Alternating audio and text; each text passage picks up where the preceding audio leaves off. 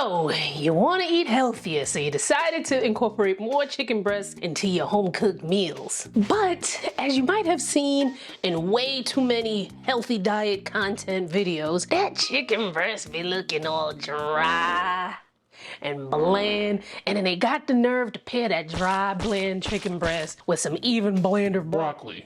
Which I don't know anybody that can maintain eating like that, long term. I don't know if you do, but me, I can't do it. But what if I told you, you don't have to eat that dry, bland chicken?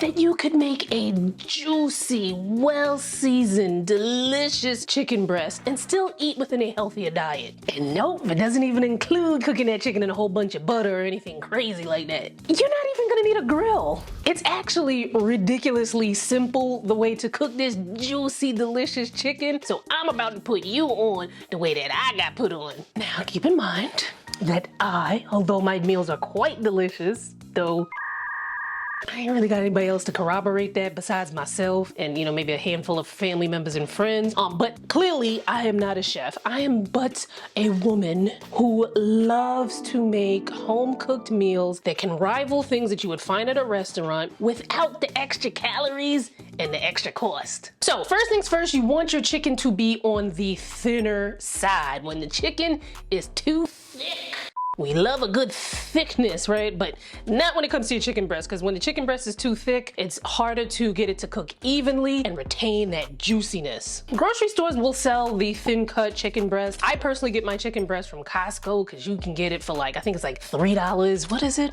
$3.27 a pound. So I pay, roughly around $30, sometimes just under $30, and I get mad chicken breast. That chicken breast though is on the thicker side, so I thin them out. Now what some people do is they cover the chicken breast in saran wrap or some sort of plastic wrap, and then they pound it down to thin it out. What I do, I just take the chicken breast, a big thick chicken breast, and I cut it in half horizontally so that it's thinned out. It's almost like when you butterfly something, except I actually do separate the two pieces. Now next we gotta season that chicken. Now I've seen where people just put salt on the chicken, or some people put, salt and pepper. Now salt is important because it does help to keep that moisture so that you have that juiciness of the chicken. However, growing up in an African Caribbean household, I'm gonna need a little more than that. Now me personally, I like to marinate my chicken in balsamic vinaigrette dressing and Trinidad green seasoning. Oh, it's so good. Now I live in an ethnic area, so any grocery store I go to is gonna have that Trinidad green seasoning. I usually get it from either a brand called Chief or a brand called Matook's. But if you can't find it, you can always Google and get a recipe for Trinidadian green seasoning. You can make it from scratch. It's not that hard.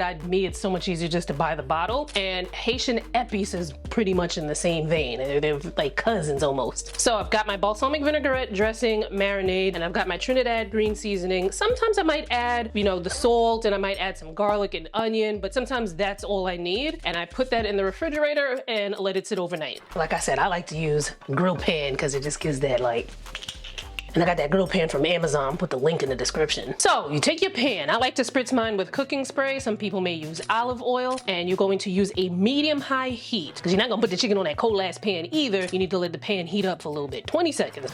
Then you put that chicken on that pan. You are gonna let it cook on one side for 5 minutes. Do not poke it, smush it, prick it. Don't do anything. Just let it cook for that 5 minutes. Put the 5 minutes on the timer and let that one side cook. Then when that time is up, you are going to flip that chicken over.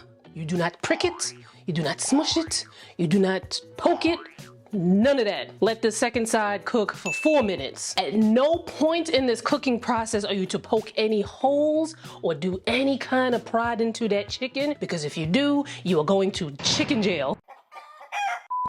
No, seriously, you don't want to do that because then you're gonna let all the moisture out and the chicken ain't gonna be as juicy as you want it to be. So after that it cooks on the other side for 4 minutes, you are going to turn off the stove and you are going to let the chicken sit for 5 minutes before you touch it. Because in that 5 minutes, it's going to continue to cook in its own juices. You can use a food thermometer to make sure that it's properly cooked. I can't remember the temperature it's supposed to be on, but I'm gonna have my editor put it up here on the screen. But I've done it so often that I never need to check the temperature. I know that the chicken is cooked as long as the chicken is at that right thinness. You don't want it to be too thin, because if it's too thin, then you can wind up burning it and then there goes the juiciness. And don't be afraid to try different seasonings. I've done jerk, honey ginger, lemon rosemary, but I also plan to do barbecue, honey barbecue, jerk barbecue, blackened, etc, etc, etc. So I've eaten this with a big old heaping of arugula. I'll take that balsamic vinaigrette dressing and I'll, toss a little bit of that on the arugula. And then sometimes I'll have a couple pieces of fried plantain, which I don't fry plantain. I know that maybe my Caribbean and my African people out there might, be shaming me, but I don't care. You ain't in my kitchen.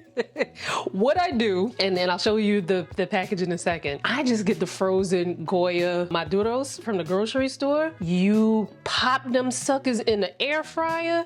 I think it's like 400 degrees for like maybe 8-9 minutes. And every single time you get consistently delicious plantain. Now, the reason why I went that route instead of just like, going to the store, buying the plantain and I don't know why, but there was I was having a hard time getting good plantain for frying in the neighborhood. And I was like, I ain't got time for this. Like, I need to eat my good, delicious plantain without having to like go from grocery store to grocery store to grocery store because people around here are insufficient in their plantain picking. So with that Goya plantain, the ancestors might frown on you a little something, but you have to be, you gotta be brave enough to, kind of ignore them a little bit and start your own tradition because it is quite tasty. Look, you see how big this box is. They come in different sizes, but if they have this at Costco, it's all over for me. But essentially, you can cook this in the microwave, which I don't see me doing that in the microwave, but you could also do it on the stovetop and the conventional oven as well as the air fryer. And this ain't got no business being as good as it is. And they have other types too. They have a baked version, and then they also have the tostones, which, I just happen to have the the tostones